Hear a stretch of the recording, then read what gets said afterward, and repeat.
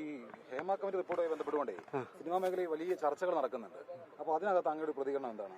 ഞാൻ ഒരാഴ്ചയായിട്ട് ശരിക്കും പറഞ്ഞാൽ ബാക്കി ഫോണിൽ അങ്ങനെയുള്ള കാര്യമൊന്നുമില്ല, പത്രത്തിലൂടെയൊക്കെ അറിയണം. ഒരാഴ്ചയായിട്ട് ഞാൻ അതും എനിക്ക് നോക്കാൻ പറ്റുന്നില്ല. ഇങ്ങനെയൊക്കെ പറഞ്ഞു കേൾക്കണുണ്ട്. ഇത് എല്ലാ കാലത്തും ഇങ്ങനെയൊക്കെ നടന്നുകൊണ്ടിരിക്കും. ഇടയ്ക്കിടയ്ക്ക് ഒരു എരിവും പുളിയൊക്കെ വേണ്ടേ, അതിനു വേണ്ടിയാ. അല്ലാതെ അതുകൊണ്ട് വേറൊന്നും ഇൻഡസ്ട്രിക്കോ അങ്ങനെ ആർക്കും ദോഷമൊന്നും വരില്ല.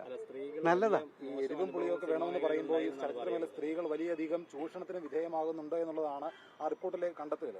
അപ്പൊ അതിനോട് എന്താണ് പ്രതികരണം? അതെന്തെങ്കിലുമൊക്കെ സർക്കാർ വേണ്ടതുപോലെ ചെയ്യുമായിരിക്കും. ആവശ്യം അത് എപ്പോഴും സ്ത്രീകൾക്ക് നേരെ ഉണ്ടാകുന്നത് ഏത് മേഖലയിലായാലും അങ്ങനെ ആവശ്യമാണല്ലോ. പക്ഷെ അത് എന്തിനായാലും നമ്മുടെ സംഘടനയിലും സിനിമയിലും ആണുങ്ങളെക്കാളും കൂടുതൽ പെണ്ണുങ്ങളാ. പുതിയ കുട്ടികളൊക്കെ ഒരുപാടുണ്ട്. എല്ലാവർക്കും പ്രതീക്ഷയും എല്ലാവരും നന്നായി പോകുന്നുണ്ട്.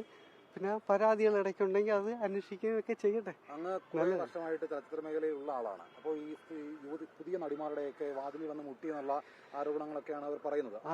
അത്തരത്തിൽ എന്തെങ്കിലും അനുഭവം ആരെങ്കിലും വന്ന് അങ്ങോട്ട് പറഞ്ഞിട്ടുണ്ടോ? അതറിയില്ല, സത്യമായിട്ട് ഞാൻ മുട്ടിയില്ല. നമുക്കറിയില്ല. നമുക്ക് ഇതിന്റെ ഉള്ളു പിന്നെ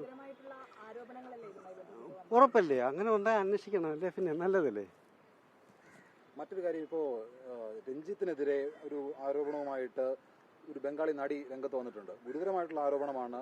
അവർക്ക് നേരെ ലൈംഗികമായിട്ടുള്ള തരത്തിലുള്ള പെരുമാറ്റം ഉണ്ടായി എന്നുള്ളതാണ് അവർ പറയുന്നത്. എനിക്ക് ശരിക്കും ഇപ്പോഴുള്ള പുതിയ മലയാളി നടികളെ പോലും അറിയില്ല, പിന്നല്ലേ ബംഗാളി നടി. ചലച്ചിത്ര അക്കാദമിയുടെ എതിർസ്ഥാനത്തിരിക്കുന്ന രഞ്ജിത്തിനെതിരെയാണ് അത്തരം ആരോപണം. ആർക്ക് വേണ്ടി എന്ന് പറയാമല്ലോ, പ്രധാനമന്ത്രിയുടെയും മുഖ്യമന്ത്രിയുടെയും ഒക്കെ പേരിൽ ഓരോരുത്തർക്കും എന്തും പറയാമല്ലോ.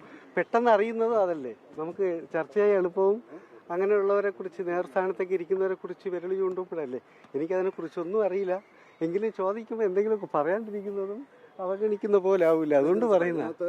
എതിർസ്ഥാനത്തിരിക്കുന്ന ആളുകൾക്ക് വേണ്ടി പ്രശസ്തി കിട്ടാൻ വേണ്ടി പറയുന്നതല്ല, അവർക്ക് നേരെ ഉണ്ടായിട്ടുള്ള ആ ഒരു ചൂഷണമാണ് അവർ മാധ്യമത്തിലൂടെ പറയുന്നത്. അപ്പോൾ അത് പൊതുസമൂഹത്തിന് മുമ്പ് അറിയുകയാണ്. ഈ പൊതുസമൂഹത്തിൽ നല്ലവരെന്ന് നടിക്കുന്ന ആളുകൾ അങ്ങനെയല്ല, അവർ മുഖം മൂടി അഴിഞ്ഞു വീഴുകയാണ് ചെയ്യുന്നത്. അങ്ങനെയാണെങ്കിൽ തന്നെ നമ്മളൊക്കെ ഇല്ലേ വിടുവോ അവരെ? നമുക്ക് നോക്കാം. അതങ്ങനെ ഉണ്ടാവുമല്ലോ. നമ്മുടെ നിയമവ്യവസ്ഥിതിയൊക്കെ അത്രയും ബെറ്റർ എന്നാണ് എല്ലാവരും പറയുന്നത്. അപ്പോൾ അങ്ങനെ തന്നെ ഉണ്ടാവും. പ്രതീക്ഷ തന്നെയാണ്, നല്ല ശുഭപ്രതീക്ഷയാണ് എല്ലാത്തിലും. സർക്കാർ ഇടപെടണമെന്ന് അങ്ങ് പറയുകയാണ്.